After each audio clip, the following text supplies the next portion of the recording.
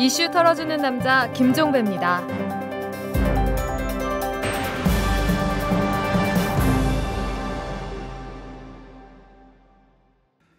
오늘은 방송에 들어가기 전에 한 가지 말씀드릴 게 있습니다. 몇 분이 리뷰를 통해서 불만을 표한 사안인데요. 이탈남은 본 등록을 하기 전인 매일 오전 또는 오후에 예고 등록을 해왔습니다. 일전에도 한번 말씀드린 바 있었던 것처럼 이 업로드 직후 아이튠즈에 등록되는 게 아니라 적게는 2시간, 길게는 5시간이 걸렸습니다. 이 때문에 이 퇴근길 데일리 시사 팟캐스트로 자리매김하겠다라는 저희 계획도 어그러졌습니다. 이 같은 문제를 어떻게든 해결하기 위해서 예고 등록을 먼저 한 다음에 본 등록을 하는 방식을 강구를 한 겁니다. 그러니까 예고 등록분에 본 내용을 덮어 깔면 이 등록 대기 시간을 아낄 수 있거든요. 저희들 딴에는 단 1분이라도 빨리 다운로드를 받을 수 있도록 하는 방법이라고 시작을 했는데 일부 이용자께서 이 다운로드 수를 늘리기 위한 꼼수 아니냐 이런 식으로 불만을 표출해 주셨습니다. 지금 저희는 애플 측과 다각도로 접촉을 하면서 이 리얼타임에 가깝게 등록이 되는 길을 찾고 있습니다. 무슨 일이 있어도 매일 오후 5시에는 다운로드가 되도록 만전을 기하겠습니다. 여러분의 너그러운 양해 부탁드리고요. 이 정기적인 업로드를 약속하는 차원에서 오늘부터 새로운 코너 하나를 선보여 드리겠습니다. 바로 이것입니다. 고성도 어떻게 되고 있냐? 검찰이 의원실에 그 노란 봉투 전달한 인물 압축했대. 검은 뿔테 안경 쓴 30대 초중반 남성이라던데? 그래서 인터넷에는 뿔테 안경남이 떴어. 뭐냐? 윌리를 찾아라냐? 근데 이 상황 즐기고 있을 사람 있지 않겠어? 누구? 국회 후생관 안경정 사장님이지. 국회에서 일하는 검은 뿔테남들 오늘 거의 들렸을걸? 대박. 네, 검찰이 한나라당 고승덕 의원실 여비서 이모 씨의 진술을 토대로 의원실에 돈을 전달한 남성의 인상착의를 단수 압축했다고 합니다. 검찰은 조만간 의심되는 인물을 소환한다는 계획이라고 하네요. 내곡동 사저부익 관련해서 뉴스 나오던데 새로운 거 있었어? 검찰에서 나온 것 같던데 이명박 대통령 아들 시영 씨가 냈어야 될 6억 청와대가 더 냈다 이런 거 같던데. 나라 돈으로? 그게 말이 되냐? 그래서 검찰이 오늘부터 줄줄이 소환한다던데. 아, 검찰. 이명박 대통령 부부가 아들 명의로 구입한 내곡동 사저 부지 매입 비용 가운데 6억 원을 청와대가 부담한 것으로 검찰 조사 결과 드러났습니다. 국고 유용 의혹이 재차 드러난 겁니다. 이 아들 이시영 씨와 청와대 경호처가 내곡동 부지를 지난해에 54억 원에 공동 구입했고 이때 이시영 씨가 부담한 금액이 11억 2천만 원으로 알려졌는데요. 그러나 검찰은 공시지가를 중심으로 지분율을 조사한 결과 이시영 씨가 냈어야 할 6억 원 정도를 청와대가 더 부담한 것으로 파악된다고 밝혔다고 합니다. MBC가 어제 보도한 내용입니다. 어제 문재인 힐링캠프 봤어? 완전 간지나던데? 스토리 들으니까 마음이 좀 짠하던데? 그랬냐? 공수부대 출신이라고 격파하다고 그랬다며? 응, 근데 벽돌은 못 깨고 기와장만 깼더라. 녹화 후에 병원 갔대. 근데 너 지난주에 박근혜는 봤다고 하지 않았어? 응. 뭐냐 너? 문재인 노무현 재단 이사장 어제 SBS 힐링 캠프에 출연했는데요. 아직까지도 인터넷상에서 많이 회자가 되고 있습니다. 특전사를 나온 문 이사장은 어제 방송에서 격파 시범을 보였는데요. 녹화 후 손이 붓더니 이틀 후엔 검지에 깁스, 다른 손가락에는 피멍이 들었다라는 후문입니다. 고생이 참 많네요. 인디언 이름 짓기 해봤냐? 너 뭐 나왔어? 웅크린 돼지가 노래하다. 아니 평소 네 모습 말고 인디언 이름 말이야. 그게 그거 나왔다고. 이씨. 난 지혜로운 매 기상. 이게 역시 믿을 만한 게 아니구나. 근데 아까 짬나서 각하 한번 해봤는데 뭐 나왔게? 뭔데? 푸른 바람은 맨날 잠잔다. 네, 인디언식 이름 짓기 한 번씩 해보셨나요? 이 태어난 생년월일을 조합해서 이름을 만드는 방식이라고 하는데요. 생각해보니까 이게 그 영화 있죠? 늑대와 추물. 이 영화에 나왔던 이름들이네요. 주먹 쥐고 일어서, 10마리 곰, 머리에 부는 바람 이런 거였군요. 자, 어떻습니까? 이 오늘의 이슈를 털기 전에 주요 뉴스를 추격하는 코너인데요. 이름은 털기 전 뉴스 이렇게 붙였습니다. 어떻게 좀 귀에 감기는 코너명인지 모르겠습니다. 자, 이제 오늘 본격적으로 털 이슈를 만나볼까요? 고승덕 한나라당 의원의 이른바 돈봉투 폭로 파문이 일파만파로 커지고 있습니다. 고 의원은 지난 9일 기자회견을 열어 검찰 진술 내용을 상세히 밝혔습니다. 쇼핑백 크기의 가방 속에는 똑같은 노란색 봉투가 잔뜩 끼어 있었다, 이렇게 보고가 됐습니다. 그 진술로 미뤄보면은 여러 의원실을 돌아다니면서 똑같은 그 돈 배달을 한 것으로. 그러나 돈봉투를 건넨 것으로 지목돼 여야로부터 사퇴 압력을 받고 있는 박기태 국회의장은 돈봉투와의 연관성을 여전히 부인하고 있습니다. 혹시 우리 보좌관이나 누가 그랬나 싶어서 좀 알아봤는데 아무도 돈을 준 사람도 없고 돌려받은 사람도 없다. 한편 민주통합당 전당대회 기간에도 돈봉투가 돌았다는 사실이 오마이뉴스 정치부 보도로 알려져 이른바 돈봉투 파문은 정치권 전반으로 번지고 있습니다. 지도부 경선을 닷새 남긴 상황에서 터진 악재로 비상이 걸린 가운데 민주통합당은 즉각 진상조사에 나섰습니다. 사실로 드러나면 해당 후보의 후보 자격 박탈과 검찰 수사 등 모든 정치적 법적 조치를 취하기로 했습니다.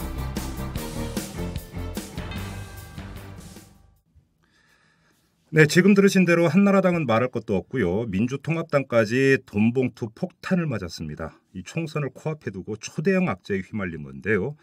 자, 오늘은 이 돈봉투를 탈탈 털어보겠습니다. 도대체 뭐가 나올까요? 먼저 이 한나라당과 민주당, 민주통합당을 출입하는 두 기자를 연결을 해서 이 사건이 지금 어떻게 전개가 되고 있는지 먼저 짚어본 다음에 또 별도로 다른 한 분을 모시고 정치 자금에 대해서 전반적으로 한번 얘기를 나눠보도록 하겠습니다. 먼저 한나라당을 출입하고 있는 오마이뉴스의 황방열 기자 연결하도록 하겠습니다. 황방열 기자. 예. 네, 안녕하세요. 네. 지금 한나라당 뒤숭숭하죠? 예, 그렇습니다. 아주 뒤숭숭. 네. 일단 그러니까 궁금한 게 이건데 어제 고승덕 의원이 돈봉투를 이제 최초에 폭로한 사람이 고승덕 의원 아닙니까? 예. 이 고승덕 의원이 어제 기자간담회를 가진 자리에서 이 자신에게 돈봉투를 갖고 왔던 사람이 그러니까 쇼핑백을 여러 개 들고 있었는데 여기에 그 돈이 들어있는 노란색 봉투가 여러 개 담겨 있었다. 예. 이렇게 이제 주장을 했단 말이죠. 예. 그러면 그러니까 이 돈 받은 사람이 고승덕 의원 한 명이 아니라 여러 명이다 이런 이야기가 되는 건데 예. 한나라당 안에서는 지금 어떻게 얘기가 나오고 있습니까? 그러니까 지금 얘기하신 대로 고승덕 의원이 아예 어제 발언을 네. 달랑 그 노란색 봉투 하나를 들고 온 게 아니라 네. 쇼핑백 크기 가방에 네. 다른 노란색 봉투도 잔뜩 끼어 담겨 있었다. 그래서 이제 자기 팔로 이렇게 많다라는 이런 포즈도 취하기도 했는데요. 네. 그래서 그리고 본인 입으로 그 의원실을 돌았던 것 같다. 돌았던 걸로 보는 게 맞지 싶다. 뭐 이렇게까지 얘기를 했어요. 그 돈 들고 온 사람이. 예. 예. 그러니까 이거는 이제 누가 봐도 그 고승덕 의원뿐만 아니라 그 한나라당의 의원들한테 배포가 됐다. 이렇게 보는 게 이제 대체적인 시각이고. 뭐 상식적인 추론이 그렇죠. 예. 그리고 더군다나 이제 이 고승덕 의원은 그 2007년 대선 때 클린 정치위원회, 그러니까 정확히는 이제 BBK 사건 대책팀의 전략기획팀장을 맡은 신 2개 의원이거든요. 그렇죠. 이명박 의원이기 때문에 예. 이 같은 편한테 이 돈이 간 것이기 때문에 뭐 중간지대라든가 또는 좀 적대적인 의원들한테도 갔을 거라는 거는 이제 거의 기정사실로 받아들이는데. 그렇죠. 이제 그게 당신 받았냐 이렇게 하는 질문에는 이제 대답을 잘 안 하죠. 그렇겠죠. 지금 뭐 검찰이 수사 중이니까 예. 얼마나 많은 의원들을 소환을 할지 한번 예의주시를 해야 되는 문제인 것 예. 같고요. 자, 이제 고승덕 의원이 받았다는 돈이 300만 원이었던 거 아닙니까? 그렇죠. 뭐 이게 이제 그 당대표 경선 때 이제 돈이 뿌려졌다라는 건데 다시 한번 정리를 하죠. 이 돈이 왜 오가는 겁니까? 어떤 용도로 쓰라고 이 돈을 주는 거죠? 그러니까 일단 이 성격을 네. 그 가장 쉽게는 매표의 성격이 있다고 봐야 되겠죠. 표를 그러니까 사들이는 데 써라. 그렇죠. 예. 그리고 그러니까 직접적으로 그 의원 한 명의 표가 아니라 그 의원이 지역위원장들을 겸하고, 그러니까 당협위원장들을 겸하고 있기 때문에 대부분의 의원이 당원협의회장이죠. 그렇죠. 예.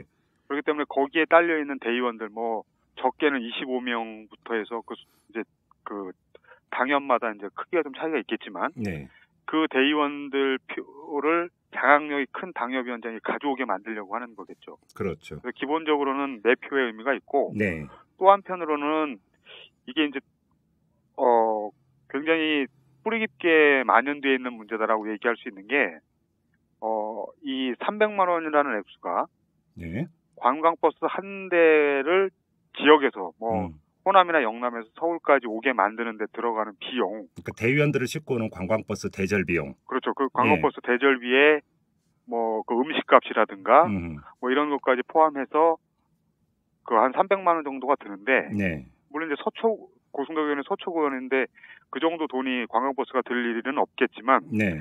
그 관광버스 대절 비용 차 한 대 비용 300만 원이라는 것이 그 일종의 정착된 네. 관행적으로 정착된 돈이 300만 원이다. 이런 해석, 이런 시각도 있습니다. 그래요. 지금 그 당원협의회가 이제 지역구별로 있으니까 245개가 있는 거 아닙니까? 그렇죠. 그러니까 아주 산술적으로 계산하면 그 당원협의회 한 곳당 300만 원씩 돌렸다고 한다고 한다면 뭐 7억 원이 넘는 돈이 되는 그렇죠. 거고 뭐 절반만 자른다 하더라도 3, 4억이 되는 돈인데 네. 이 큰 돈을 어디서 마련했느냐? 이것도 그러니까 앞으로 검찰 수사에서 밝혀야 될 내용이고 지금 당장 떠오르는 의문이기도 한데 네. 이 박기태 국회의장 측에서 이 고승덕 의원에게 돈을 준 것이 맞다면 네. 박기태 의장 측에서 이 돈을 어떻게 조달했는가 이것도 대단히 그 중요한 관심사이고 반드시 규명돼야 되는 의혹이거든요. 그렇죠. 어떤 얘기가 나오고 있습니까? 검찰 지금 말씀하신 검찰의 주요 수사 항목이 될 텐데요. 네.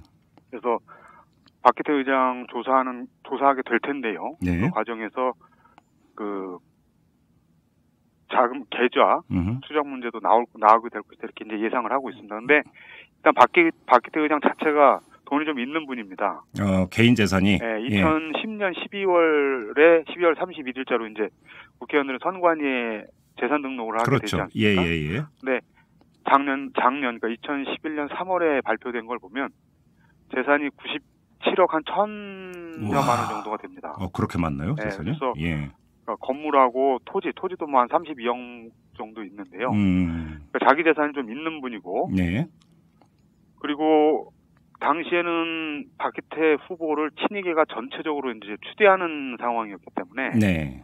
친이계의 일부 인사들도 좀 보탰을 거다. 격출했을 가능성도 네. 있다. 그런 부분이 있고요. 그다음에 이건 이제 좀 확인하기 어려운 부분일 수 있습니다만 지방선거를 2년 앞두고 있었던 상황이기 때문에 지방선거 공천자들이 좀 내지 않았겠느냐. 2년 전부터? 근데 미리부터 내야 되지 않겠습니까? 그리고 왜냐하면 이 박기태 대표는 그 친이계 전체의 원로기 때문에 그렇죠. 네, 그런 성격도 좀 있다고 봐야 되겠죠. 뭐 이명박 캠프 때 선대위원장을 맡았던 사람이기도 하고요. 그리고 6인 회의 이명박 대통령이 포함된 후보가 포함된 6인 회의의 멤버였죠. 그렇죠. 그리고 꼭 2008년 그때 전당대회 때 얘기 나온 건 아닌데요. 네. 나중에 이제 전당대회 그 뒤에 전당대회 때는 지금 뭐 역시 이제 검찰에서 수사 이 부분까지 들어갈지는 모르겠습니다만 기업에서 돈이 들어왔다 이런 얘기들도 좀 퍼져 있습니다. 기업 돈 갖고 뿌렸다. 네. 이런 이야기도 있다라는 겁니까? 이건 꼭 그 박기태 후보가 대표될 때 얘기 건은 아닌데 그런 얘기도 좀 돌았었습니다. 고승덕 의원이 이제 폭로한 돈봉투 300만 원은 2008년 전당대회 때 일이고. 그렇죠. 지금 그렇지 않아도 제가 좀 그걸 여쭤보려고 했는데 전당대회가 2010년에도 있었고 2011년에도 있지 않았습니까? 그렇습니다. 2010년에는 이제 안상수 대표가 선출될 때였고 2011년에는 이제 홍준표 대표가 선출될 때였는데 이때도 이 돈 살포 의혹이 좀 제기가 된 바가 있지 않았었나요? 그러니까 지금 고승덕 의원 폭로로 나온 거는 2008년 상황인데요. 그렇죠. 실제로 이런저런 얘기가 제일 많이 나오는 거는 2010년 7월 14일. 그러니까 안상수 대표가 선출될 때입니다. 그렇죠. 그때 얘기가 지금 현재는 가장 많은데요. 예. 지금 당시 2위를 했던 홍준표 의원, 지금은 의원이죠. 네. 그 전당대회에서 2위를 하자마자 바람은 조직과 돈을 이기지 못한다. 이런 말을 이제 공개적으로 했습니다. 그리고 이제 그제 이제 언론 인터뷰에서 지방 대의원들이 전당대회에 참석하는데 교통비와 식대로 수백만 원씩 거범위를 주던 게 관행이 됐다. 그리고 대의원 25에서 30명을 관리하는 당협위원장만 잡으면 되기 때문에 돈 봉투가 오고 갔다. 그래서 뭐 어느 후보는 뭐 50억 이상 썼다는 말을 들었다, 전해 들었다. 뭐 이런 얘기를 공개적으로 좀 하고 있습니다. 홍준표 의원이. 그렇죠. 그리고 이제 조전혁 의원 얘기도 좀 보도가 됐는데. 그렇죠. 2010년 전당대회에서 1,000만 원이 담긴 돈 봉투를 뿌린 후보도 있었다고 한다. 이건 이제 전원입니다. 네. 근데 이거는 돈 봉투는 실제 본인이 이제 확인을 못했다 이렇게 얘기를 하지만 여기저기서 이제 후보들이 밥을 사고 그래서 이제 밥잔치가 벌어진 것은 분명하다. 이건 본인이 봤다는 얘기죠. 그 얘기를 하고 있습니다. 그래요. 네. 그리고 저희 이제 기사에서 썼던 부분인데 네. 당시 전당대회에 출마했던 한 의원이 전하기를 300표를 줄 테니까 2천만 원 달라. 어허. 이런 브로커가 있었다. 물론 이제 본인은 거절했다고 하면서 이 얘기를 밝힌 거였는데 이렇게 보면은 대의원들이나 이 사람들을 모아와서 그 표를 파는 이런 브로커들이 있었다. 네. 이런 것도 간접적으로 좀 얘기가 나오고 있습니다. 이게 뭐 고승덕 의원 그 한 건으로 국한되는 것도 아니고 2008년 전당대회 때만 있었던 일도 아니다 이런 이야기가 되는 건데 이제 검찰 수사가 어디까지 갈지 정말 예의주시해야 되는 이제 그런 문제인 것 같습니다. 자, 황방열 기자 고생하셨습니다. 예. 자, 이번에는 민주통합당을 출입하고 있는 오마이뉴스의 장윤선 기자를 연결을 해서 이 민주통합당에서도 돈 봉투가 오갔다고 하는데 이 얘기를 좀 알아보도록 하겠습니다. 장윤선 기자. 네, 안녕하세요. 네, 안녕하세요. 이 어제죠. 장윤선 기자가 직접 특종을 한 것으로 제가 알고 있는데 이 지금 네. 민주통합당 당대표 경선이 진행 중인데 네. 이 과정에서도 돈 봉투가 살포가 됐다. 이런 네. 그 내용을 단독 보도를 했어요. 일단 이거 좀 축약 좀 해주시죠. 어떤 내용입니까? 그러니까 그러니까 작년에 네. 민주통합당 경선이 진행되던 시기에 네. 그 영남 지역의 지역위원장들을 대상으로 해서 A 후보라고 저희는 이제 거명을 했는데요. 네. 민주통합당의 한 후보가 그 금액을 차별화해서 어떤 경우에는 50만 원, 또 어떤 경우에는 100만 원 이렇게 좀 천차만별적으로 돈을 뿌린 소문이 있었습니다. 그래서 네. 관련해서 이제 그걸 취재하는 과정에서 영남 지역의 한 지역위원장이 그와 관련된 내용을 저희한테 일종의 이제 고백을 하는 것이죠. 그래서 네. 그 고백한 내용을 어제 보도를 하게 된 것이고요. 돈 받은 당협위원장이 당협위원장이 아니라 지역위원장. 지역위원장이? 예. 그러니까 적게는 50만 원에서 네네. 이제 많게는 500만 원까지 돈을 뿌렸다. 예. 주로 영남 지역 그 위원장들을 대상으로. 주로 영남 지역 위원장을 대상으로라기보다는요. 네. 그러니까 이제 민주당의 입장에서 보자면 영남 지역이 열세이지 않습니까? 그렇죠. 근데 뭐 그 지역에 그 국회의원이 있는 것도 아니고 국회의원이 당선될 가능성이 높은 것도 아닌 지역이기 때문에 상대적으로 열세인 지역에서 활동하는 활동가 그룹에게 비교적 다른 지역보다는 좀 더 많은 금액이 내려간 것이다. 이렇게 보십니다. 시점은 작년이고 작년 말이고요.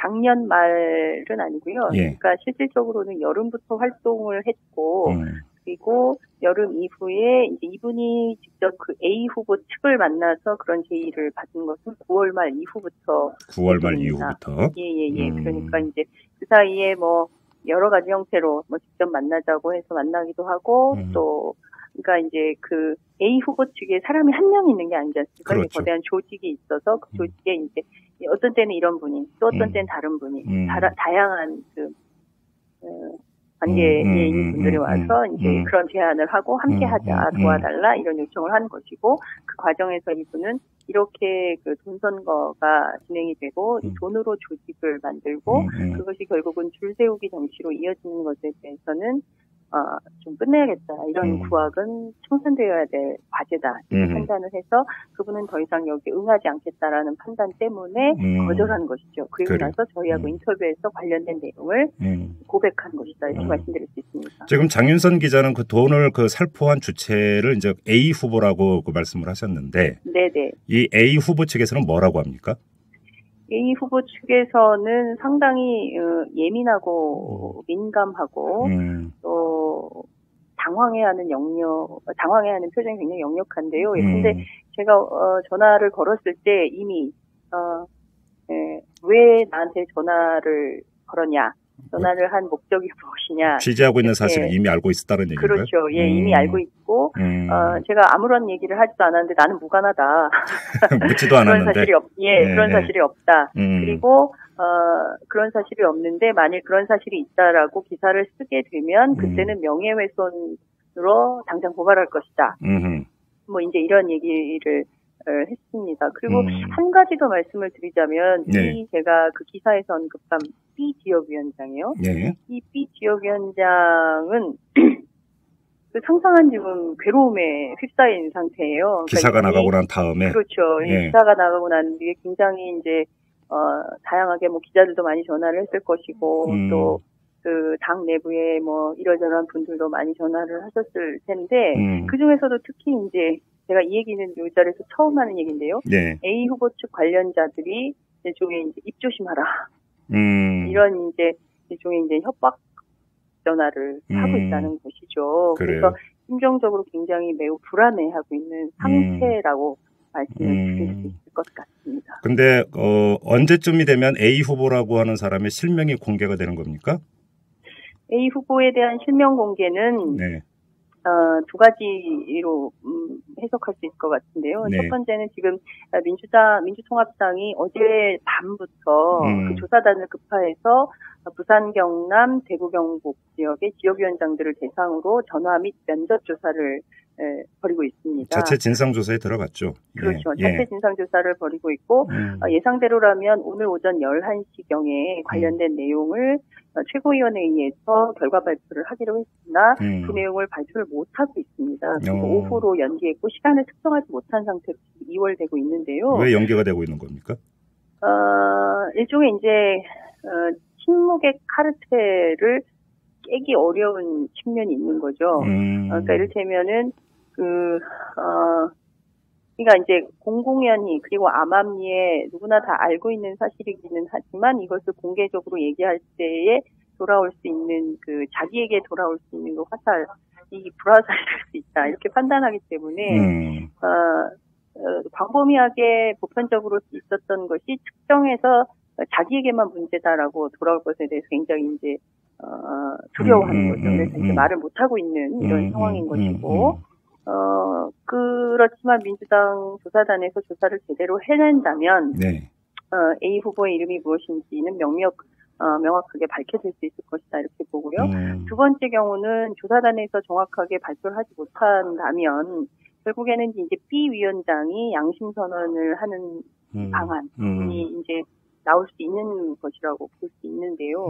예컨대 이 B 위원장이 근데 막 공개적으로 되었을 때 그 당에서 뭐 아무런 보고가 안 되거나 뭐 이랬을 때 이분이 과연 이렇게 얘기를 할 수 있을까? 이게 이제 분위기라는 것도 무시할 수가 없지 않습니까? 예. 그렇기 때문에 이분이 그런 면에서 굉장히 망설이고 있어서 중요한 것은 민주당이 얼마나 조직적으로 이 문제를 잘 풀어나갈 수 있는 지혜가 있느냐. 저는 그것이 이번 민주당 임시지도부의 어떤 민주당의 임시지도부가 그 문제를 얼마나 잘 풀 수 있냐. 시험대에 올랐다는 그렇게 해석합니다. 그런데 지금 이게 민주통합당이 당대표 경선을 하고 있고 돈을 뿌린 사람은 그 당대표 경선에 나선 후보 가운데 한 명이라는 거 아닙니까? 그렇죠. 그렇다면 민주통합당 입장에서는 하루라도 빨리 자체 진상조사 결과를 밝혀서 이 대위원단 그리고 그 국민선거인단의 올바른 판단에 도움이 되도록 정보를 제공해야 되는 의무가 있는 거 아닌가요? 저도 동의합니다. 그래서 빠르면 빠를수록 이 조사 결과를 빠르면 빠를수록 밝히는 게 좋다. 저도 그렇게 생각을 합니다. 그리고 지금 민주통합당 후보들이 지금 그 전주에서 후보 토론을 하고 있는데요. 일부 이제 후보들 같은 경우에는 이것이 모략 정치나 정부 정치, 물타기 정치가 아니냐, 뭐 이런 식의 이제 얘기를 하고 있다는 거죠. 그래서 구체적으로는 진상 파악을 정확하게 해서 신속하게 결론을 내는 것이 최우선인데 정치적으로 해석하려는 또 다른 이런 시선들에 대해서는 조금 저로서는 조금 뭔가 좀 이렇게 방향을 잘못 잡고 있는 것은 아닌가 이런 생각이 좀 듭니다. 그런데 또 한편으로는 지금 민주통합당의 지도부는 과도적인 관리 지도 체제니까 얼마나 힘을 갖고 밀어붙일 수 있는가 이것도 의문사항이긴 합니다. 그렇게 보면. 네, 그렇죠. 예, 예. 네, 잘 알겠습니다. 장윤선 기자 고생하셨습니다. 네, 감사합니다. 네. 이슈 털어주는 남자? 이거 뭐 저는 뭐 털어봐야 먼지밖에 안 나오는 도덕적으로 완벽한 남자다. 그런 확신을 저는 가지고 있습니다. 네, 지금까지 한나라당과 민주통합당을 출입하는 두 기자를 연결을 해서 이 돈봉투 파문의 그 실태 그리고 상황에 대해서 알아봤는데요. 지금부터는 이 돈봉투라고 표현되고 있는 정치 자금 문제를 본격적으로 한번 털어보도록 하겠습니다. 지금 제 옆에는 이철희 부원장이 나와 계시는데요. 민주통합당 부설 민주정책연구원 전 부원장이시고요. 그다음에 구민주당 전략기획위원회 부위원장도 지내셨고 전 국회 정책연구위원도 지내셨고 그다음에 국회의원 보좌관도 역임한 바가 있습니다. 자, 이철희 부원장님 안녕하세요. 네, 안녕하십니까. 네네. 지금 방송 들으셨죠? 이 기자들하고 네, 하는 얘기. 예. 일단 이 돈봉투 사실 그렇게 새로운 얘기는 아니거든요. 익숙한 얘기죠. 그렇죠. 응? 이게 뭐 그 전부터 전당대회에 있거나 이런다라고 한다면 돈봉투가 돌았다는 얘기는 사실 어제 오늘 얘기는 아닌 것 같은데 네. 이게 지금 이 시점에 이게 큰 문제로 부각된 이유가 어디에 있다고 보세요? 부원장님께서 보시기에는. 무슨 뭐 시대가 달라졌는데 옛날 관행을 그냥 고집하는 거는 지금 뭐 과거에도 마찬가지였습니다만 지금은 더더욱 용납이 안 되는 거죠. 그리고 그렇죠. 정치자금 문제, 깨끗한 정치자금, 뭐 정치부패 문제는 정치권이 오랫동안 자정 노력을 한다고 해왔었는데도 불구하고 또 상당히 많이 또 걸러졌다고 봤죠. 예. 그럼에도 불구하고 이런 문제가 불거졌다 그러면 그것도 양당의 공의 그런 일이 있다는 게 증명이 됐기 때문에 뭐 생각이 심각하게 받아들여야 할 문제라고 봅니다. 그래요. 예. 지금 저희가 이철희 부원장님을 모신 이유가 있는데 네. 돈봉투라고 표현되는 그러니까 네. 지금부터는 정치 자금이라는 개념을 쓰죠. 네. 이 정치 자금이 어떻게 조달되는가. 네. 그다음에 조달된 정치 자금이 어떤 용도로 쓰이는가. 네. 이걸 한번 실태를 낱낱이 한번 파헤쳐 보기 위해서 이철희 부원장님을 모시고 네. 그 속사를 한번 들여다보자 이런 네. 거니까 네. 가급적이면 좀 구체적으로 이렇게 말씀을 좀 해주셨으면 좋겠고요. 먼저 이 정치자금 조달 경로부터 좀 알아봤으면 좋겠는데 네. 지금 제가 아는 선에서 합법적인 틀에서의 정치자금 조달 경로는 일단 후원회비 모금이 있는 것 같아요. 그렇죠. 그렇죠. 네. 근데 이 후원회비 같은 경우는 이제 그 상한 한도액이 있는데 있죠. 네. 그 한도 안에서 모으는 것은 아무 문제가 되지를 않고 그렇죠. 그것을 정치활동 자금으로 쓰는 것도 전혀 제약이 없고 네. 근데 여기서 문제가 뭐 청목회 하면 이제 퍼뜩 떠오르겠지만 이른바 쪼개기 후원금이 문제가 네, 됐던 네, 거 아닙니까? 네, 여기서 이제 네. 불법적 요소가 스며 들어가는 경우가 네, 있었는데 네. 요거 좀 설명을 좀 해주시죠. 어떤 식으로 이것이 탈법적으로 운영이 되는 것인지 좀 그 실태를 좀 말씀을 해주셨으면 좋겠어요.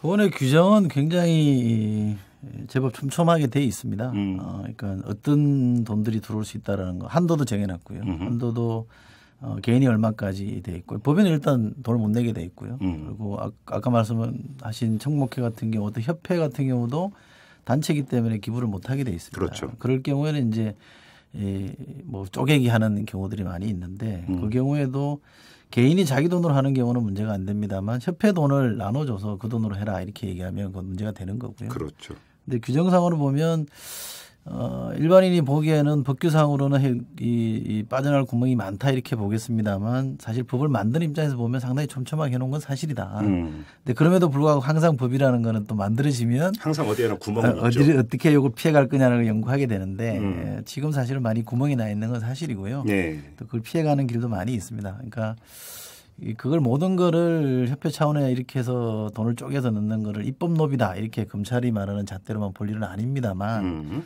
현재 정치자금 모금에 대한 법규 정신에 비춰보면 일종의 탈법 비슷한 거죠. 그리고 그렇죠. 뭐 처벌받아도 할 말 없는 건 분명한 것 같습니다만 제가 말씀 나온 김에 지금 사실 제가 좀 가장 우려스럽게 보는 거는 이 후원회로 들어가는 돈은 신고가 되는 돈이기 때문에 선관위에 다 신고가 되게 돼 있죠. 누가 얼마를 냈다는 게 신고가 되고 내가 어디서 얼마를 썼다는 것까지 다 회계보고를 해야 된단 말이죠.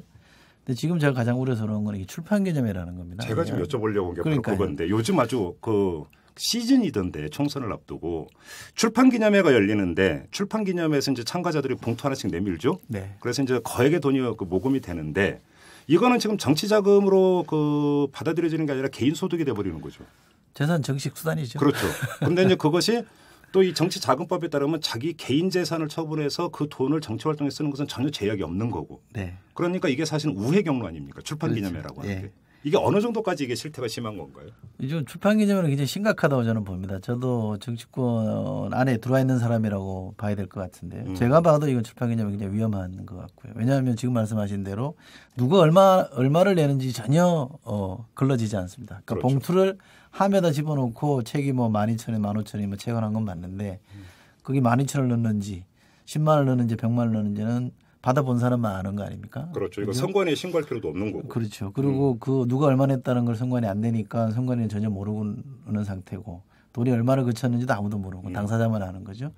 그 돈은 선관위가 모르는 돈이기 때문에 어디에 어떻게 썼는지도 모르는 거란 말이죠. 그렇죠. 이건 제가 볼 때는 굉장히 법적인 허점을 이 정치인들이 악용하는 건데 저는 조금 더 나쁘다고 보는 악성이라고 보는 이유는 뭐냐면 법을 만드는 사람들이 국회의원 아닙니까? 그렇죠. 법을 만드는 사람이 국회의원인데 그분들이 후원회라는 거는 나름대로 절차와 이 과정을 만들어서 규제를 하고 이렇게 뻥 뚫린 영역을 만들어 놓고 그걸 이용을 해서 애용을 해서 그 길을 통해서 뭔가 대규모 자금을 받는다는 거는 글쎄요. 제가 볼 때는 좀 이건 좀 입법자로서 는 해서는 안 될 일을 하고 있는 거다. 이것도 일종의 지피직입니까 그러면? 지피직이 100전 삥땅쯤 되는 건가요 그러면? 그런데 네. 출판기념회 얘기 나왔으니까 네. 어느 당 소속 초선 의원이 출판기념회를 연다. 네. 그러면 이제 동료 의원들도 가서 봉투도 주고 네. 그 소속 당 대표도 가서 봉투를 줄 거 아닙니까? 네. 우리가 결혼식에 갈 때 보통 이제 축의금 얼마 네. 이게 이제 그 그러니까 룰이 있단 말이죠. 5만 원 네. 내지 3만 원 이런 게 있는데 네. 국회의원 사이에서도 이게 있을 것 같은데 같은 초선급 의원이면 얼마 당 대표면 얼마 이런 거 없습니까? 룰이? 뭐 대개 관행상으로 정해진 것들은 있죠. 어떻게 됩니까? 정당별로 아마 다를 테고. 예. 예컨대 당 대표다 이러면 소속 의원 누군가가 출판기념회를 가면 본인이 못 가더라도 봉투를 안 할 수는 없죠. 그렇죠. 그러면 아마 제가 좀 정확하게 액수는 모르겠습니다만 초선의 경우 얼마, 재선의 경우 얼마 이런 기준을 정해놨을 겁니다. 아, 선수에 따라 또 다릅니까? 네, 당 대표가 주는. 그렇죠. 그거 없이 일괄될 기준 없이 뭐 조금 가깝다고 더 주고 덜 주고 이러면 당장 말들이 나오는 거니까. 당 대표는 그러면 그러니까 같은 초선 의원이 봉투 줄 때보다 0이 하나가 더 붙나요? 글쎄 단위가 하나 더 올라간지는 모르겠습니다만 네. 대표는 최소한 뭐 상당한 정도는 해야 되겠죠. 한 100만 원? 받아봤어야 알죠 이걸? 글쎄 말입니다. 예. 그리고 지금 또 한 가지 아까 이제 황방열 기자하고 얘기하면서도 2008년 그 전당대회 때 뿌려진 돈의 출처가 공천 헌금일 가능성도 배제할 수 없다 이런 얘기를 했는데 이게 국회의원들이 그 정치 자금을 챙기는 통로 가운데 하나가 공천 헌금이라는 것도 사실 공공연한 비밀입니다. 그러니까 국회의원이 해당 지역구에서 공천권을 행사를 하기 때문에 지방선거에 출마하는 그 후보자들로부터 공천 헌금을 받는 것. 이것도 지금 주요한 통로라고 봐야 되는 거 아닙니까? 그렇죠.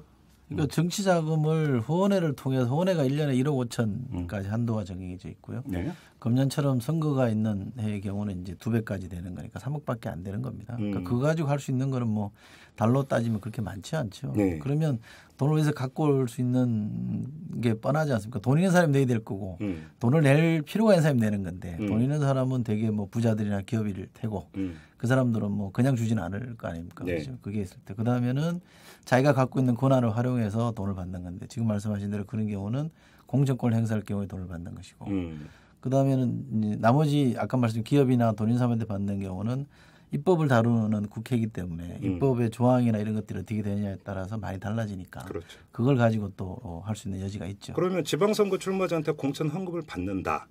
일단 그러면 지방자치단체장 후보자가 있고 지방의원도 후보자가 있지 않습니까? 네. 단체장 후보자와 지방의원 후보자가 내는 헌금에도 상당한 그 차이가 있나요? 통상으로 보면 그렇겠죠. 아무래도 단체장이 갖고 있는 권한과 기초의원이든 광역의원이든 의원이 갖고 있는 권한의 차이는 많이 있으니까요. 뭐 그게 그러면 뭐 이게 뭐 수천만 원대 이렇게 가는 겁니까? 헌금이? 뭐 짐작컨대 그렇게 되지 않을까요? 그래요. 네. 뭐 일부 좀 뭐 그 문제가 된 적도 있었죠. 검찰 네. 수사도 들어가고 그런 적이 있었는데. 네.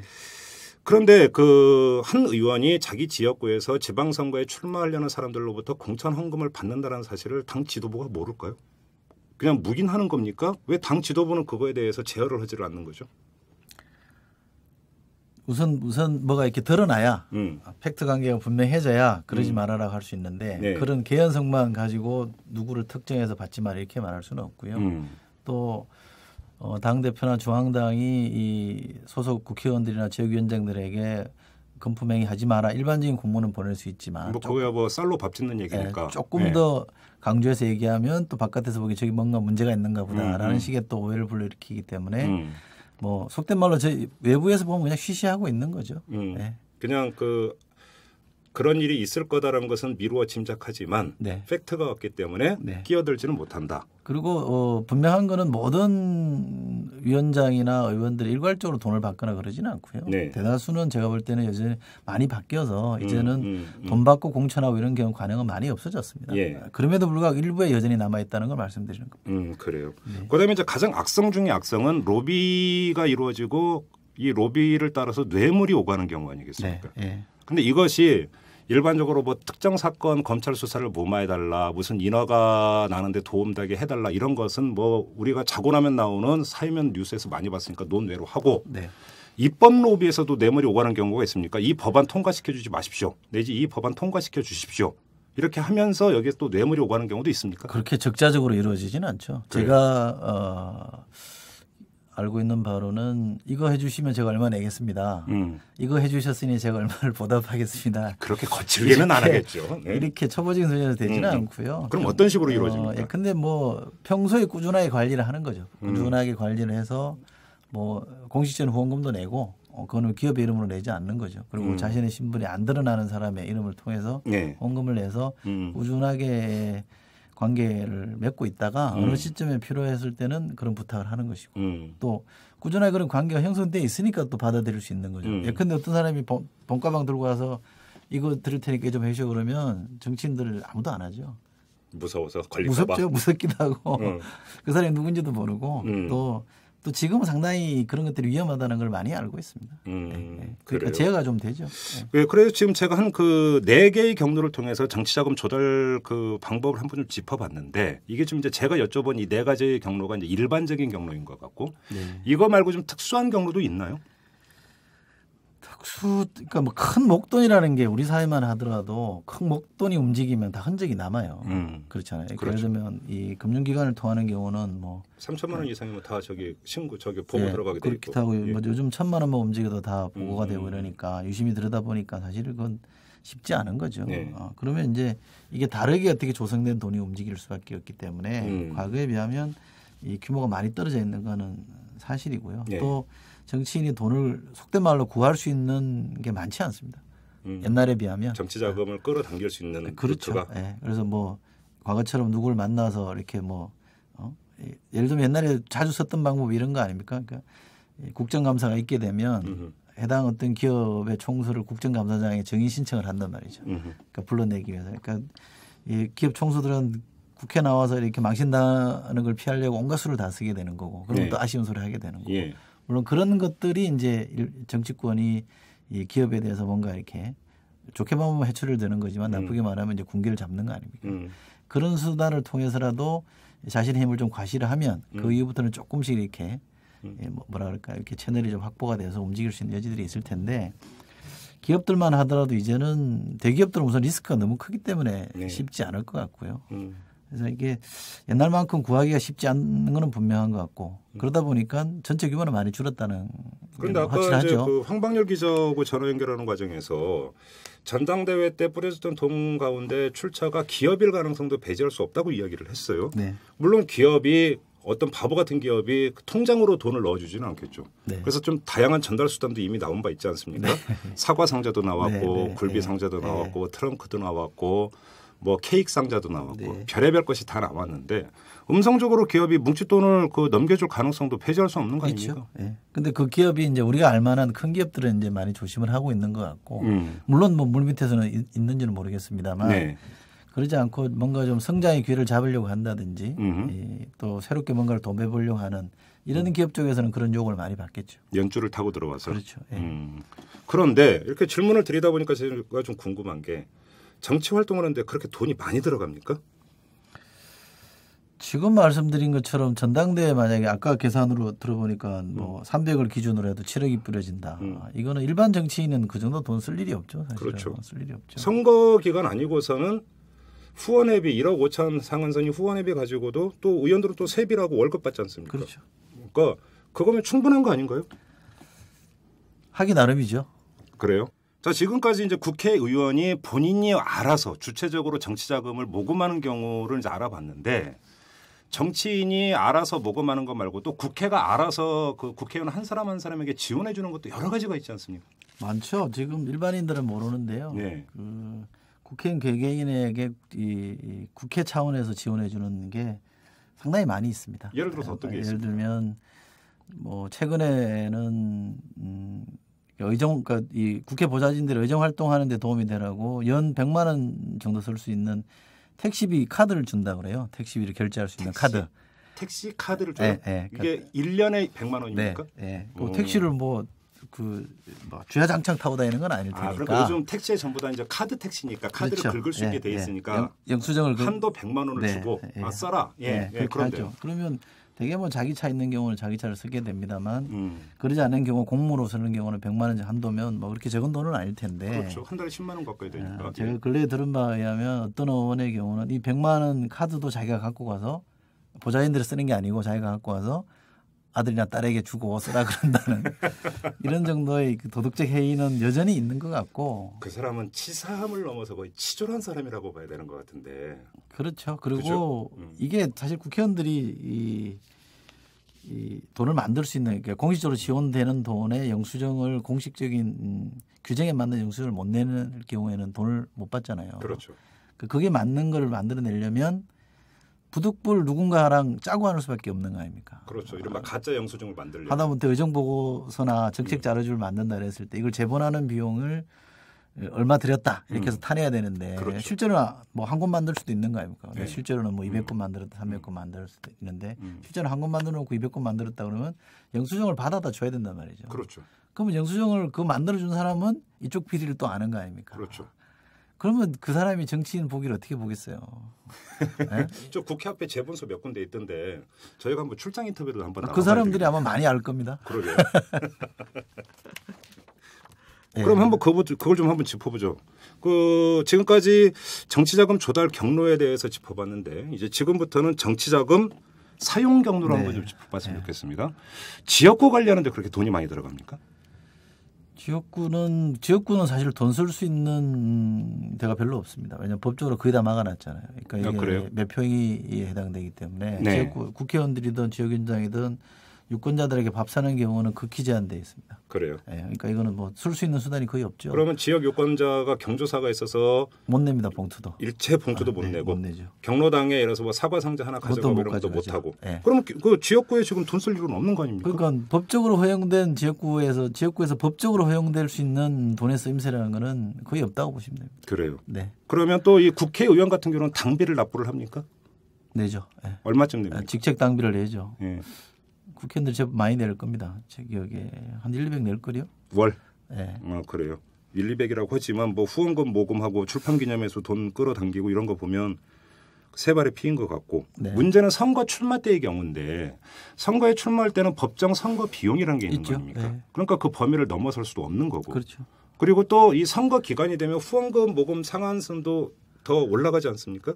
2배로 늘죠. 2배로 늘죠. 그러면 그 선관위 규정에 따르면 다른 정치자금 필요 없고 그 선거 기간에 2배로 는 그러니까 후원금만 모금을 해도 선거 비용은 조달이 가능하다 이런 계산이 나오는 거죠. 그렇죠. 그러니까 별도의 정치자금 쓸 이유 없고. 그렇죠. 그죠? 그러면 일상관리비는 어떻습니까? 지역은 뭐 큰 돈이 들어간다는 거는 그런 걸 겁니다. 아마 명절 때 아마 요즘도 일부는 할 것 같은데 본인이 안 하거나 뭐 다른 사람이 대신해 주거나 그럴 텐데 명절 때 지역에 내가 해당 지역의 국회의원이다. 지역위원장이 들으면 뭐 1,000명이든 2,000명이든 핵심 당원을 관리를 해야 될 거 아닙니까? 그렇죠. 이 사람들하고는 뭐 그때도 돌아가면서 밥 먹고 회의하고 이런 것도 돈이 들어가겠습니다만 명절 때 선물 같은 거 하나 한다고. 당원을 대상으로 유권자가 아니라. 그렇죠. 그거는 일정하게 그러니까 제한이 좀 상대적으로 느슨한가 보죠. 아니죠. 못 주죠. 못 주죠. 못 주는 거죠. 그것도 이제 명절 때 인사 안 하면 아무래도 우리 사회에 그런 관행들이 좀 남아 있으니까. 예를 들어서 뭐 멸치라도 한 상자. 그렇죠. 음성적으로 이제 그런 것들이 좀 이루어지죠. 그런 데서 이제 목돈이 들어가는 거죠. 그렇다고 국회의원들이 정책 개발 열심히 하면서 정책 개발비 많이 쓰는 것 같지도 않고. 정책 개발비는 또 나와요. 또 국회에서 지원이 나오잖아요. 그건 한 2천 가까이 1년에 돈이 나오기 때문에 그 돈도 사실은 뭐 다는 그렇지 않습니다만 대부분은 흔히 우리가 말하는 가라 영수증 처리해서 네. 사적으로 착복하는 경우도 많이 있죠. 아니 그러면 네. 정치 자금을 이렇게 모을 이유가 도대체 뭐가 있어요? 정치 지역구에 쓸 돈도 없고 네. 써서도 안 되고 네. 당원들을 상대로 써서도 안 되고 네. 당비라고 내봤자 한 달에 1, 200 네. 뭐 그게 세비로 충당해도 족한 돈이고 네. 선거 기간에는 법정 선거 비용 한도가 있는데 후원금은 2배로 모금할 수 있으니까 그걸로 충분하고 아니 그러면 정치 자금이 왜 필요합니까? 지금 후원에는 그 거의 후보 신분이 아니면 국회의원이나 지방자치단체장 후보 신분이 아니면 못하게 돼 있고요. 네. 대개는 후원회가 이제 국회의원들이 하는 후원회이기 때문에 그렇죠. 국회의원들이죠. 이 후원회 비용은 의정 활동을 이제 지원하기 위해서 만들어진 겁니다. 의정 활동을 어떻게 지원합니까? 그 그러니까 돈으로? 지금 말씀하신 대로 도대체 그 돈 어디 쓰냐 이러는데 예. 1억 5천이면 뭐 평균 한 달에 한 1,000만 원 정도 그렇죠. 되는 거 아닙니까? 예. 그렇죠. 편달이면 뭐 우선 밥값이 많이 들죠. 사람들 만나면서 그리고 우리 사회는 뭐 이 체면이라는 게 있어서 국회의원 정도 되면 밥 먹는 것도 6,000원짜리 7,000원짜리 잘 안 먹잖아요. 시끄러운 데서 우선 뭐 우선 독립된 공간에서 그러니까 먹어야 되니까 방에서 그래서 일식집 방이라든지 그렇죠. 예. 그럼 또 그게 비싸죠. 그리고 한정식은 또 상당히 고가 아닙니까? 그렇게 하면 우선 밥값이 하루에 2끼씩만 먹어도 그죠? 그것만 해도 제법 나오죠. 쏠쏠하네요. 제법 나오고 예, 그다음에 그리고요.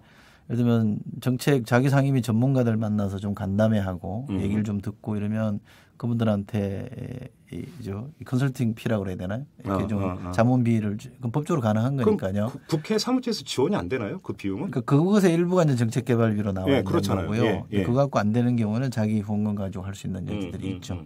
그러니까 열심히 하는 국회의원이다 그러면 이 돈으로 부족하죠, 사실은. 더 열심히 만나서 더 얘기 듣고 그 사람들 요구를 수렴해서 정책화하는 과정이라고 보면 돈이 부족하지만 일상적인 우리가 그냥 통상적인 우리가 볼 때 국회의원이 그 정도 활동하는데 뭐 그 정도 돈이면 충분하다. 이것이 저는 뭐 합리적인 판단이라고 봅니다. 그래요. 근데 지금까지 이야기한 것은 평의원의 경우고 네. 예를 들어서 당 대표급이다. 네. 내지 당내 경선에 나간 후보군이다. 네. 이러면 쓰임새가 어떻게 달라집니까? 많이 다르죠. 우선 그러니까 제가 볼 때 정치 부패 돈이 가장 문제가 되는 게 이제 그동안은 선거는 많이 없어졌고요. 네. 선거는 우선 워낙 촘촘하게 돼 있고 또 누구 하나 양심 선언하면 선거 자체가 모여되기 때문에 쓰는 사람도 굉장히 조심스러워하는 거고요. 그러니까 다른 데는 뭐 많이 걸러졌는데 그나마 이제 거의 치외법권이나 무풍지대로 남아 있는 게 전당대회, 정당 내의 행사일 경우거든요. 과거에 지금 돌아가신 김건태 전 의장께서 한번 전당대회 하시는 도중에 뭐 2천만 원 받았다고 나도 돈 받았다 이런 고백을 하셨던 적이 있어요. 근데 그때 그 당 전당대회에서 연설하실 때 김건태 의장께서 야유를 받았습니다. 왜 공개하냐고. 그렇죠. 우리 칩으로 왜 네가 드러내냐. 뭐 그게 뭐 그렇게 나쁘냐. 우리끼리 이렇게 하는 건데 이런 식의 이제 아마 지금 아까 말씀드린 침묵의 카르텔이라고 그럴까요. 이런 게 일정 정도 형성이 돼 있는 게 지금 정당 아니란 말이죠. 그러니까 여기가 거의 마지막으로 남아 있는 것이고 정당 대표 나가는 사람이 당원들이나 대의원들한테 그냥 못하는 게 뭐 지금은 거의 관행화돼 있다시피 하니까 밥도 사고 술도 사고 그렇죠. 그래야 된다라는 건가요? 그렇죠. 그런데 한편으로 생각을 하면 제가 너무 순진한 이야기인 것 같기도 합니다만은 대의원이라면 당원 중에서도 핵심적인 당원 아닙니까? 네. 그러면 자기 당의 이념, 노선 이런 데 동의를 하니까 당원이 된 사람들이고 거기다 또 대의원까지 된 사람들인데 그런 사람들이 밥 사달라, 술 사달라 이건 좀 뭔가 좀 이건 좀 아닌 거 아닙니까? 오히려 그 사람들이 당비를 내더라도 한 푼이라도 더 내야 되고 이런 사람들 아닙니까? 저는 유권자들이 돈을 달라고 하는 경우는 뭐 아주 없지는 않습니다만 있죠. 그러나 그것이 주류는 아니고요. 그건 주류. 그러니까 요즘 밥 못 먹는 사람 어디 있겠습니까? 그래서 뭐 밥 사달라 그런 사람은 별로 없죠. 근데 문제는 정치인들의 낡은 관행이 우선 문제가 되는 거죠. 모름지기 선거라고 하면 그 선거를 중심으로 움직이는 활동가들이 있고요. 그렇죠. 이 활동가들이 가장 쉽게 선거운동을 하려고 하는 발상이 그런 거죠. 그리고 더 냉정히 말씀드리면 돈을 만져야 떡을 만져야 떡고물이 묻는 거 아닙니까? 활동가의 활동력이 배가가 되나요? 아니 활동력이 배가 되는데 우선은 자기한테 더 동기부여가 되겠죠. 그러니까 통상 정치 자금이 조성이 돼서 내려간다 이럴 때는 누수율이 굉장히 심각하거든요. 정치 자금은. 되게 50%만 현장으로 원하는 대로 뿌려줘도 성공했다고 보는데. 아, 중간에 배달 사고가 그렇게 많나요? 그렇죠. 아까 말씀드린 인마이 포켓 이렇게 중간에서. 그렇죠. 떡고물이 많이 떨어져 나가죠. 그걸 알면서도 어떻게 해볼 도리도 없는 거고. 그렇죠. 그러니까 저는 일반 유권자의 문제, 정당으로 치면 대의원의 문제라기보다는 그 상층의 정당 주변에 있는 활동가들 네. 이런 사람들의 낡은 사고나 그 사람들이 사실 뭐 생계가 특별한 게 없거든요. 뭐 나쁘게 말하면 건달들이 되게 정당 위주를 많이 왔다 갔다 한 거 아닙니까? 이른바 정치 건달이라는 그렇죠. 사람들. 이런 사람들은 전당대회나 뭐 이런 게는 대목이거든요. 그때 한몫 챙겨야 된다. 그렇죠. 장애 선날이니까. 1년 생활비를 거뜩 벌어야 된다. 그리고 후보한테 뭐 반협박도 하고 이렇게 해서 이제 돈을 내려달라고 얘기하는 거고 그 돈을 갖고 이렇게 선거운동 하겠다고 하는 거기 때문에 예. 이거는 정당의 문제고 더 들어가면 과거 정당부터 남아있던 이런 적폐들이 아직 해소가 되지 않아서. 아니 그러면 지금 말씀하신 이른바 정치 건달. 그러니까 언론에서 이제 브로커라고 그러니까 명명한 사람들도 이런 사람들 아닙니까? 그렇죠. 이 사람들이 정당에 결의를 해서 축출이 안 되는 건가요? 구조상 그게 어려운가요? 많이 걸러졌죠. 많이 걸러졌습니다. 많이 걸러졌는데 그럼에도 불구하고 여전히 남아 있는 건 사실이고요. 한 표가 아쉬워서 결국은 마지막에 가서 다시 손을 잡는 건가요? 한 표가 아쉬워서? 뭐 결과적으로는 그렇습니다만 평상시에는 그런 거 없이 자연스럽게 와서 돕고 뭐 서로 이렇게 토론하고 도와주고 이러는 거기 때문에 자원봉사 형식으로 평소에는 그렇죠. 네. 그러다가 이제 선거 때만 되면 손 벌린다. 그렇죠. 그러니까 그렇지 않으면 그 사람들이 여기 붙어 있을 일도 없을 테고. 근데 이 정치라는 게 사람 없이 정치가 안 되는 거 아닙니까? 예를 들면 제가 아주 유명한 뭐 브로커라든지 돈을 달라는 사람에게 네. 너 앞으로 의신하지 마라. 너 같은 놈 상종 안 하겠다 이러면 이 사람이 정치권을 떠나는 게 아니고 정치권을 돌면서 경쟁 후보 쪽으로 가나요? 계속 악성 소문을 퍼뜨리겠죠. 그러니까 이거는 정치하는 사람 입장에서는 굉장히 아킬레스건입니다. 자기에 대한 안 좋은 소문을 누가 퍼뜨린다 그랬을 때는 의식 안 할 수 없거든요. 뒤통수가 따가운 거죠. 그렇죠. 그러니까 그리고 뭐 자기가 처음부터 그게 다 깨끗한 것도 아니고 사실은 틀면 또 어디선가 뭔가 나올 수도 있는데 네. 그런 것들 때문에 이제 결과적으로는 공생이 되는 겁니다만 하나하나 뜯어보면 사실은 또 뭐 이렇게 이 매몰차게 내치고 또 그 사람 분별하는 게 드러난 사람도 있습니다만 안 드러난 사람도 많이 있거든요. 예. 저 사람이 그런 관지 아닌지 그러니까 애매한 사람들도 있기 때문에 일거에 정당히 몰아내기는 쉽지 않은데 저는 크게 보면 이러이러한 계기들을 통해서 대부분이 이렇게 자연스럽게 도태되거나 네. 이런 계기들을 통해서 또 과하게 대규모로 퇴출되고 뭐 그러고 있다고 봅니다. 그러면 근원적인 해결 방법은 있는 겁니까? 아니면 시간이 해결해 주는 겁니까? 지금 말씀대로 조금씩. 잘못된 거는 어떤 형태들이 이렇게 터져 나오잖아요. 그렇죠. 그래서 이렇게 뭐 물살도 흘러가다 어느 시점에 가면 뭐 확 빨라지고 네. 또 어느 좀 천천히 가고 그런데 지금 굉장히 빨라질 때가 된 것 같고요. 또 구태가 도저히 용납할 수 없는 구태가 터져 있기 때문에 이걸 제도적으로 막는 장치도 필요하고요. 제가 볼 때는. 근데 어떤 제도적 장치로 막을 거냐에 대해서는 조금 더 토론하고 고민해야 될 영역입니다만 정치인들이 이런 걸 통해서 대표적인 정치인이 한둘이 퇴출이 되거나 이 처벌을 받으면 그다음부터 저는 현격하게 줄어들 거라고 봅니다. 그래서 지금은 한나라당이든 민주당이든 그런 행위를 한 사람에 대해서 어떻게 정당이 조치를 하느냐. 과감하게 조치를 한다면 이후에 많은 부분이 건절이 될 것이고 뭐 같은 식구들끼리니까 적당히 덮고 가자 이러면 여전히 이거는 불씨를 안고 가는 거라고 봐야 되겠죠. 지금 말씀하신 대로 이제 엄한 표본 사례가 있으면 그것이 이제 경고의 의미를 띠를 것이다. 그렇죠. 이런 말씀을 하셨는데 그러면 국회에도 계셨고 정당에도 계셨으니까 한번 제가 이렇게 여쭤볼게요. 지금 이제 언론 보도가 기정사실화되어 있지 않습니까? 고승덕 의원에게 300만 원이 든 돈 봉투를 돌린 주체는 박희태 국회의장이다. 이렇게 이제 전제해 놓고 근데 국회의장 아닙니까? 네. 그 박희태 국회의장 어떻게 그 본인부터가 어떻게 처신을 하는 것이 옳은 거라고 보십니까? 의장직 사퇴하고 검찰청으로 제발로 걸어가는 게 가장 올바른 처사라고 보십니까? 네. 단호하시네요. 그런데 본인이 스스로 국회의장을 던질 가능성이 있다고 보세요? 저는 이건 하여간 제가 고성덕 그 의원의 정언이 맞다는 걸 전제하에 네. 물론 이게 뭐 최종 그것까지 확인되지 않은 걸 제가 그거를 다 옳다고 전제하고 말씀드릴 수는 없습니다만 그게 맞다면 네. 그렇게 처신하는 게 맞죠. 그리고 국회의장 정도면 뭐 시중에 하는 말로 쪽팔려서 더 이상 어떻게 하겠습니까? 가야죠. 그렇죠. 국회의장은 명예직이기도 한데. 그렇죠? 그럼요. 뭐 예. 국가 의전서열 위기라는 거 그렇죠. 아닙니까? 예. 1위가 그 모양이니까 뭐 2위도 그럴 수 있겠다고 볼 수는 있겠습니다만 그래도 아니죠. 그러면. 그건 아니죠 사실. 예. 또 하나 여쭤볼게요. 네. 지금 한나라당 같은 경우는 2008년, 2010년, 2011년 전당대회 때 다 문제였던 거 아닙니까? 네. 그죠? 수십 명의 의원이 여기에 연루돼 있을 수가 있습니다. 네. 검찰이 거기까지 다 캘 수 있다고 보십니까? 그리고 그러니까 캐겠다는 의지가 있다고 하더라도 끝까지 캘 수 있다고 보십니까? 여건상? 경험에 비춰보면 어렵겠죠. 어렵다. 네. 어떤 점에서요? 아니 우선 검찰이 마냥 들어가는 게 현실적으로 그게 가능할지도 우선 모르겠고요. 그 사람들이 속속들이 다 밝혀서 할지도 모르겠고 또 저희가 볼 때 정치 검찰 이런 논란이 있는데 검찰이 국회의원 전원을 다 계좌 추적하고 압수수색해서 네. 정보를 다 갖게 됐을 때 검찰의 힘이 또 과도하게 늘어나고 그걸 또 잘못 악용할 여지도 있는 거 아닙니까? 네. 그래서 저는 검찰이 할 수 있는 데까지는 해야 된다고 저는 보고요. 그래서 예. 사실관계를 밝혀내고 처벌은 해야 되겠습니다만 이 문제를 근원적으로 해결하는 주체는 역시 정당이 돼야 되는 것이고 자체적으로. 예, 정당이 보다 근본적인 이 제도적 장치와 이번에 확실한 처벌을 해야 저는 달라진다고 봅니다. 그런데 지금 아까 장윤성 기자 얘기에 따르면 민주당 같은 경우는 자체 진상조사위원회를 꾸려서 조사를 했지만 보고를 계속 미루고 있고 한나라당은 지금 자체 진상조사도 안 하고 있어요. 검찰이 수사 의뢰만 해놨고 네. 정당의 이런 모습을 볼 때 이게 지금 정당 스스로가 이 문제를 도려내는 주체가 될 수 있다고 보십니까? 이런 행태를 볼 때. 지금 말씀에 들어있는 혼란이 저는 정당하다고 봅니다.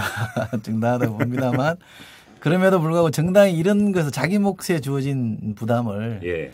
감당하려고 하지 않으면 정당이 헌법에 보호받을 이유가 없는 거죠. 사실. 결국 또 국민의 심판받을 수밖에 없는 거죠. 그럼요. 최종적으로는. 네. 또 눈앞에 지금 총선이 있는 거니까 예. 이번엔 제대로 해야 된다고 봅니다. 알겠습니다. 자, 말씀은 여기까지 들어야 될 것 같습니다. 오늘 고맙습니다. 네, 고맙습니다. 네.